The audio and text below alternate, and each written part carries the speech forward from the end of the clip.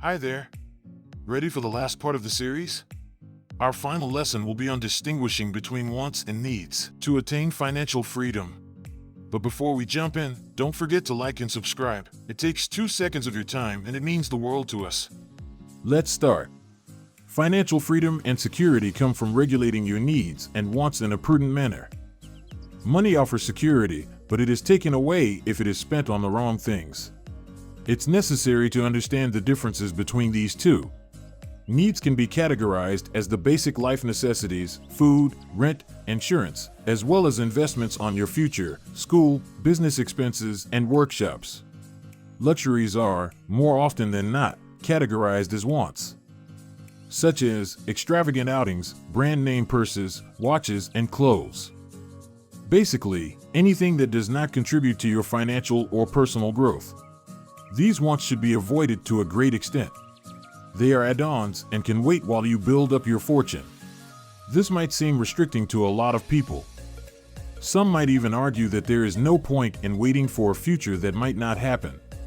First of all, you need to understand in order to make it, you need to believe you can. The only thing that makes up for a lack of belief is discipline and purposeful action. Money is not an end in itself.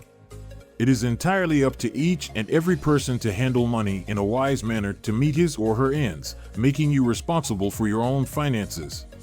You need to be stringent with your money and spend only on things that you cannot do without. This logic applies not only to grown-ups but also students and children. The value of money needs to be realized at a very young age so that clear decisions can be made. If you know exactly what you want for your life, you can work towards it and take things from there. Making clear and purposeful monetary choices will lead to a better financial future. As I like to say, more information leads to less debt and less stress. The good news is once you are financially secure and independent, you can live life the way you want to. This does not always mean you live a luxurious life, but instead a fulfilling one. Keeping in mind the difference between wants and ends, you can lead a life that is fulfilling and uninhibiting.